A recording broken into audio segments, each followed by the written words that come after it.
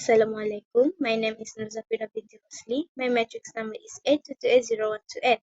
And now I will present the podcast study number 1.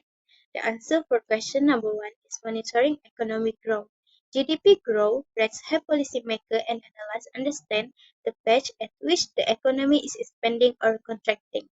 In this case of Malaysia, the 4.2% projected GDP growth in 2023 suggests a moderation in economic growth compared to previous period, indicating a potentially challenging environment.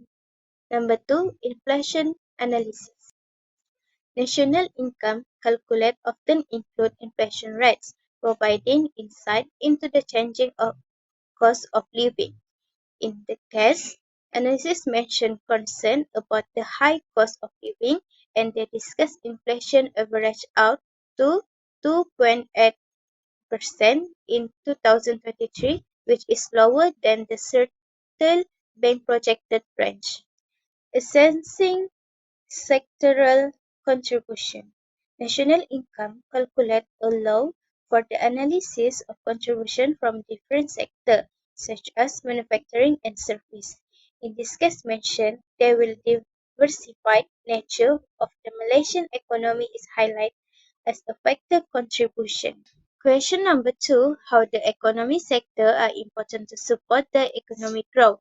The answer is will develop infrastructure. Infrastructure includes transportation network, communication system, energy supply, and other important facilities. A good infrastructure can maximize the production of goods, efficient use of labor, and can reduce costs. In the Malaysian context, strong infrastructure is likely to support economic growth by improving connectivity and reducing logistical constraints. Second, competitive manufacturing sector and service sector. A competitive manufacturing sector that increases export, creates job, and promotes innovation is a key contributor to economic growth. One of the main forces behind economic activity is the service sector, which includes a wide variety of business such as technology, healthcare, education, and finance. The majority of contemporary economies see a large GDP contribution from service. The last one is substantial natural resources. Countries endowed with abundant and diverse natural resources have the potential for economic prosperity. The answer for the question number 3 is fiscal policy measure. The government can employ fiscal policy such as adjusting tax rates or government spending to stimulate or cool down the economy based on prevailing conditions. For example, increasing government spending can boost economic activity during downturn. Second, monetary policy adjustment. The central bank, in this case BNM, can use monetary policy tool to manage inflation. If inflation is a concern, the central bank may implement measures such as adjusting interest rates or using open market operation to control money supply. The last one, structural reforms. Government can implement structural reforms to address underlying issues affecting the economy. It may include change in labor market, trade policy, or regulatory frameworks to enhance efficiency and competitiveness. However, the answer for question number 4 is exclusion of informal economy. One limitation of GDP measurement is its failure to account for the entire economic activity, especially in developing countries where a significant portion of economic transaction occurs in the informal sector. For instance, in Malaysia, there may be various informal economic activities such as small business operating in the informal sector of household service that go unrecorded. Second, necklace and non-market transaction and unpaid work. GDP tend to overlook non-market transactions and the value of unpaid work, which can be particularly significant in assessing the overall well-being of a society. This is all for me. Thank you. Next, for case study number 2. Question 1. Based on the paragraph 1, private consumption is highlighted as a significant factor influencing Malaysia's national income. This article emphasizes the potential for private consumption to serve as bright spot in country's economic outlook, with retailers such as Mydin, Apple and Harvey Norman planning expansions and expecting growth in sales. This indicates an increase in consumer spending, which directly contributes to the country's national income. This graph indicating an increase in consumer activity and spending. The increases in consumer spending directly influence the national income by contributing to the overall economic output. As private consumption expenditure increases, it leads to the higher demand for goods and services, which in turn drive production and economic growth. Therefore, the anticipated rise in private consumption is expected to have a significant impact on Malaysia's national income, potentially offsetting prevailing economy. Next, for question number 2. Based on the information provided, the increase in private consumption is expected to have a significant impact on both aggregate supply and aggregate demand. As private consumption rises, it is likely to influence the aggregate supply by leading to an increase in the total of outlets. This expansion in the number of outlets is a direct result of the anticipated growth in consumer spending as retailers such as Mydin, Apple and Harvey Norman. The opening of new outlets and expansion of existing ones reflects an increase in aggregate supply as more goods and services become available in the market to meet the rising consumer demand. Furthermore, the increase in private consumption is also expected to influence aggregate demand. As consumers spend more, there is a corresponding increase in the demand for goods and services. This rise in consumer demand can lead to a multiplier effect, stimulating production and employment and subsequently driving up aggregate demand.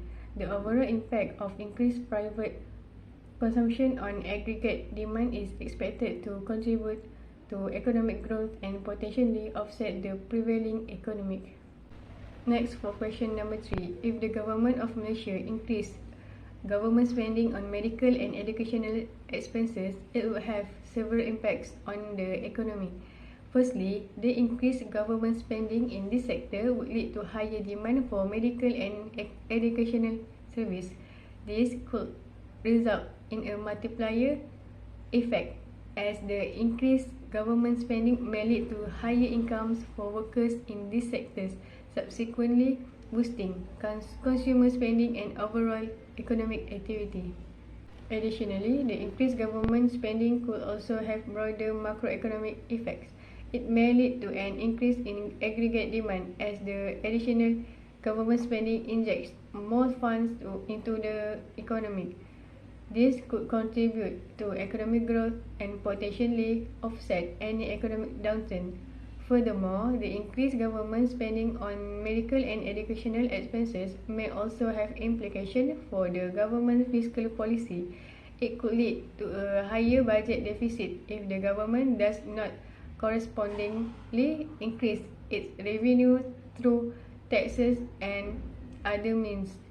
This could impact the government's borrowing and debt levels, potentially influencing interest rates and overall financial market conditions. Next, for question number 4, to calculate national income, first we need to find the gross domestic product, which is GDP. To find GDP, we need to use formula GDP equal to C plus I plus D plus X minus M. And then we got 435 billion for GDP. Next, to find the national income, we need to use formula national income equals to GDP plus subsidies minus depreciation and minus indirect taxes. Then we got 370 billion for national income. Next, to calculate the disposable income, first we need to find the total of taxes, savings and imports. And then we use the formula disposable income equal to national income plus taxes plus saving plus import, and then we got 41 million for disposable income. Assalamualaikum. My name is Syaratul Anisha binti Muhammad Anizar and my matric number is A22B0099. So today I will explain case study 3, which is inflation creeping up in the standard of living and economic growth. So for the first question is briefly discuss the inflation situation in January and February 2023. So Malaysia's inflation rate has decreased from 3.8% in December 2022 to 3.7% in January 2023. The increase in inflation for January 2023 was still driven by the increase in the food and non-alcoholic beverage group, but it moderated to 6.7% compared to 6.8% in the previous months. Housing, water, electricity, gas and other fuels group remain at 1.5%, and the transportation group, which is to 4% from 4.9% in the previous months. This is very encouraging because it demonstrates that Malaysia has succeeded in slowing the rate of price increases in face of global supply chain constraints and seasonal demand spikes. While Malaysia's inflation in February 2023 remained at 3.7% compared to January 2023. According to the Department of Statistics Malaysia, in the report titled Consumer Price Index Malaysia February 2023, the increase in Malaysia's inflation for February 2023 was driven by restaurant and hotel, which is 7.4%, food and non-alcoholic beverages 7.0%, and transportation 3.7%. All subgroups in food and non-alcoholic beverages recorded an increase between 0.6% to 9.0%. In February 2023, six states recorded increases above the national inflation level of 3.7%, namely Wilayah Persekutuan Putrajaya 4.7%, Selangor 4.3%, Johor 4.1%, Sarawak 4.0%, Pahang 4.0%, and Perak 3.8%. However, Kedah and Wilayah Persekutuan Labuan recorded the lowest increase of 3.2%. Next, we move to the next question, which is, based on your opinion, what are the initiatives of government to help the B40 group to increase their standard of living? So, in my opinion, the government should do minimum wage regulations in order to guarantee that workers, particularly those in lower income categories, are fairly compensated for their labor. Governments often examine and modify minimum wage regulations. Overall, income level may rise as a result of this. Next, the government should do income support programs, which is governments may implement targeted income support programs such as cash transfers, program or subsidies to provide financial assistance to low-income households.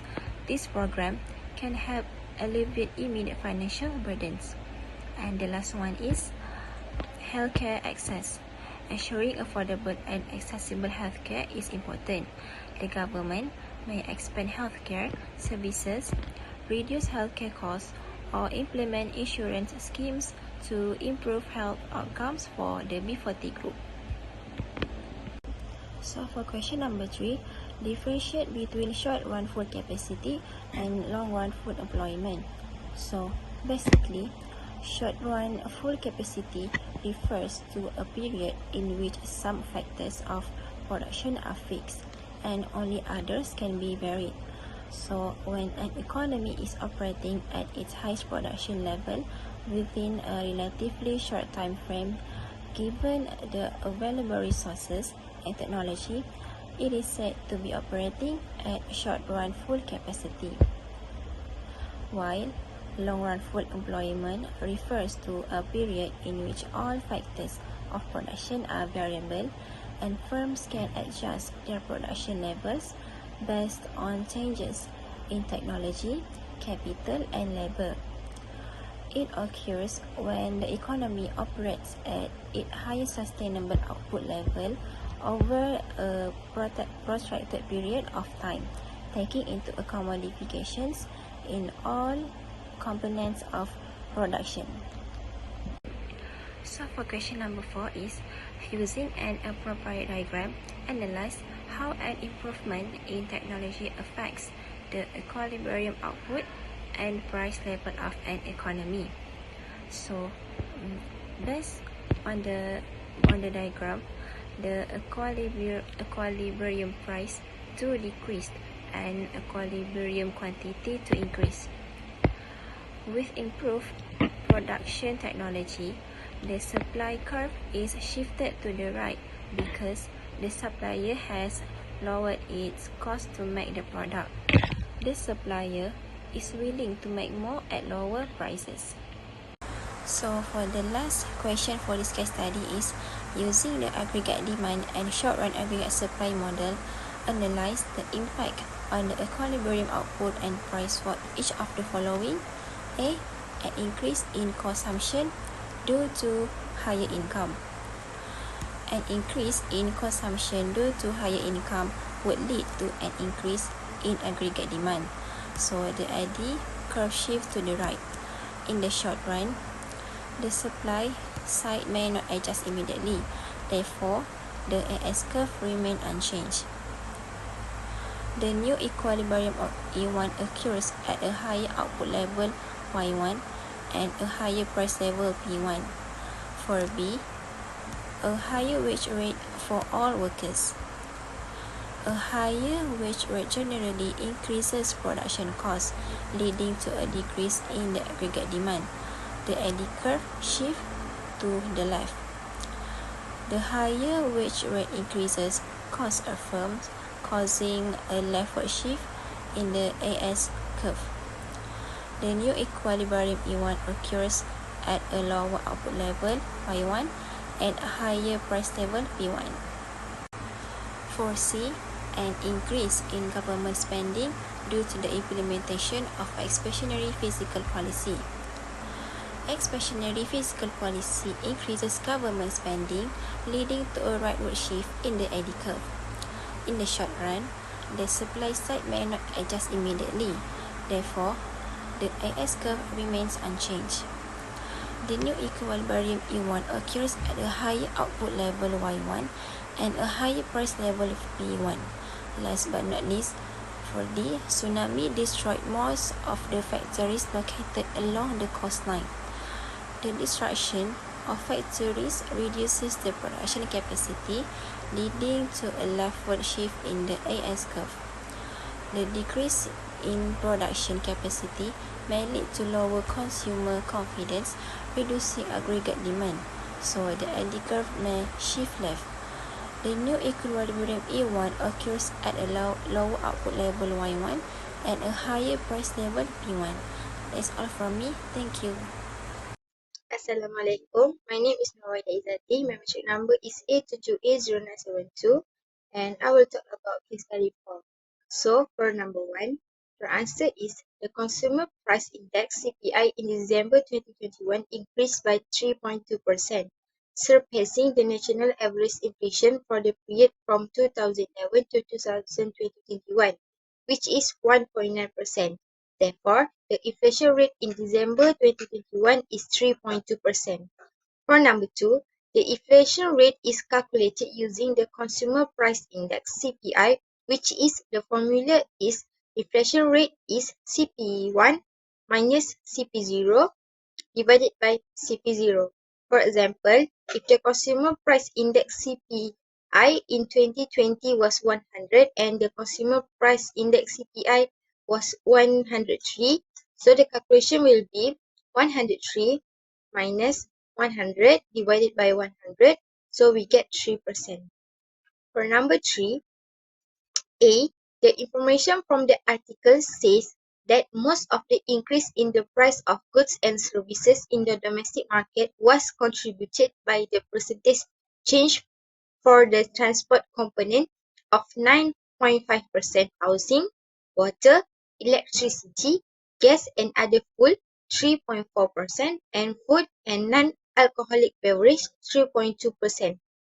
For 3b, the information from the article say that the type of inflation that happened in China and the United States are experiencing a worsening energy crisis since the post-pandemic, which has also led to an increase in price levels. This is due to the cost push factor occurring and not only due high demand, but even to the increase in fuel costs resulting in an increase in production costs. For 3C, the article has suggested several economic policies that could be used, which is the first one is fiscal policy that appropriate short-term action plan, such as tax incentive for the companies and one-off tax exemptions. Not only that, subsidy mechanism based on productivity can be considered to ensure producers have an incentive to produce their product in the local market. If successfully put into practice, this regulation can affect pricing level by resolving problems with the supply chain, assisting companies, and reducing inflation. For number 4, one of the benefits from inflation are debtors. Those who are in debt, either personally or professionally, frequently profit from inflation. Not only that, real asset owners, which is owners of tangible assets like real estate or commodities, might profit from inflation. For number 5, the reason why inflation is considered to be a problem for an economy is reduced purchasing power, which is money loses purchasing power due to the inflation. Each unit has currency can purchase fewer goods and services as price rise. Not only that, it causes uncertainty. That means it can be difficult for individuals and business to forecast future price levels, which make it difficult to plan for saving, investment, and expenses. Lastly, why inflation is considered to be a problem for an economy is because negative impact on saving, which means the purchasing power of saving held in low interest account could start to decrease. That's all from me. Thank you. Assalamualaikum. My name is Nur Shazwana binti Muhammad Yahya. My matric number is A22A0954. So today, I will present case study 5 titled Women's Involvement in Labor Force Participation Rates, LFPR in Malaysia. Without wasting time, we will start with the first question, which reads, based on the above article, find the labor force participation rate and the unemployment rate for both genders. So, the slide shows how to calculate the labor force participation rate and the unemployment rate for men and women. For the first question is labor force participation rate for male and female. The formula is labor force times adult population multiply 100. For male, 55983.6 times 34934.4 multiply 100, we got 160.25%. For female, 55983.6 times 21049.2 multiply 100, we got 265.97%. Next is unemployment rate. The formula is number of unemployment times labor force multiply 100. For male, 1001.9 times 55983.6 multiply 100, we got 1.79%. For female, 682.7 times 55983.6 multiply 100, we got 1.22%. For the second question is, explain the trend for women unemployment rates and labor force rate compared with men. The answer is, the labor force participation rate for women is 265.97% is higher than for men 160.25%. This indicates that a higher percentage of the adult female population is participating in the labor force compared to the adult male population. A higher labor force participation rate can be interpreted as a greater proportion of women being actively engaged in the workforce. Next, the unemployment rate for women is 1.22%, is lower than that for men is 1.79%. A lower unemployment rate for women suggests that a smaller percentage of women in the labor force are unemployed compared to the men. This may indicate that women on average have better employment prospects or are facing fewer challenges in finding and maintaining employment compared to men. In summary, women have a higher labor force participation rate than men, indicating a higher percentage of women are actively participating in the workforce. Next, women has a lower unemployment rate than men, suggesting that on average a smaller proportion of women in the labor force are unemployed compared to men.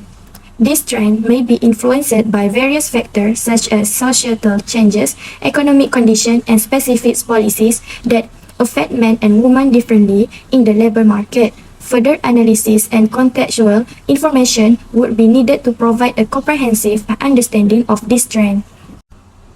For the last question is question 3. In your opinion, what is the reason for the increasing number of female participation in labor force in Malaysia?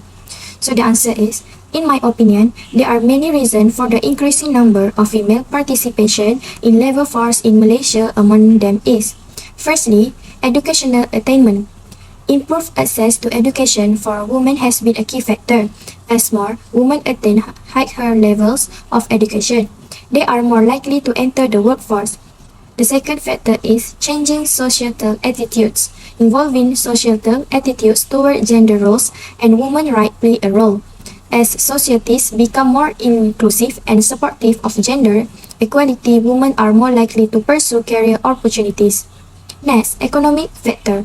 Economic pressure and the rising cost of living may encourage more women to seek employment to contribute to household income and financial stability. Next, government policies. Government policies and initiatives that promote gender equality such as maternity leave, flexible working arrangement, and anti-discrimination laws can positively impact female participation in the labor force. Globalization. The impact of globalization and changes in the economic structure may create more opportunities for women in various sectors. Next, technology and remote work. The advancement of technology and the rise of remote work can provide more flexible options for women to balance work and family responsibilities. The last impact or factor is awareness and empowerment. Increased awareness of women's rights and empowerment through various channels including media and advocacy groups can inspire more women to pursue career aspiration. So that's all for me for presentation case study 5. Thank you. Assalamualaikum warahmatullahi wabarakatuh. My name is Nur Shahida binti Saihan with my matric numbers is 82280454. The answer for case study 7, which is probe into bicycle dumping from abroad. Question number 1. What is the meaning of dumping? Dumping occurs when the export price of the product in Malaysia is less than the normal value of the same or like product in the domestic market in the country of export or origin. In other words, dumping is an international price discrimination whereby a company charges more in its home market than in the export market. Question number 2. Suggest 2 reasons why the foreign firms dump their bicycle in Malaysia. First, surplus manufacturing. If a foreign business has extra manufacturing capacity or a surplus of bicycles, it may participate in dumping. exporting these commodities at reduced rate aids in the clearance of surplus inventories and the maintenance of production levels. Second, subsidies. Foreign government may provide subsidies to their bicycle manufacturers, which is allowing them to sell products at lower prices in international markets. Third question, is dumping viewed as an unfair act? Yes, dumping is considered an unfair trade practice because it disturbs competition by unfairly decreasing prices in the importing nation. This unfair advantage has the potential to undermine local industry, resulting in job losses and economic damage. For question number 4, explain the effect of such dumping on local bicycle producers. First, price undercutting. Bicycles sold at a lower prices, making it difficult for local manufacturers to compete without reducing their own prices. Second, loss of sales. Local manufacturers may experience a decline in sales as consumers prefer bikes sold at cheaper prices. For question number 5, explain any 3 measures that the Malaysian government can take to eliminate dumping as mentioned in the last paragraph. First, imposition of tariff. The government can impose tariff or import duties or imported bicycles to raise prices and make them less competitive. Second, quality standard and regulations. The government needs to strengthen quality standard and regulation to ensure that imported bicycles meet the required safety and quality criteria. Third, subsidies for local industry. The government should subsidize or support the local bicycle industry to increase competitiveness and offset the impact of dumping. That's all for me and our group. Thank you.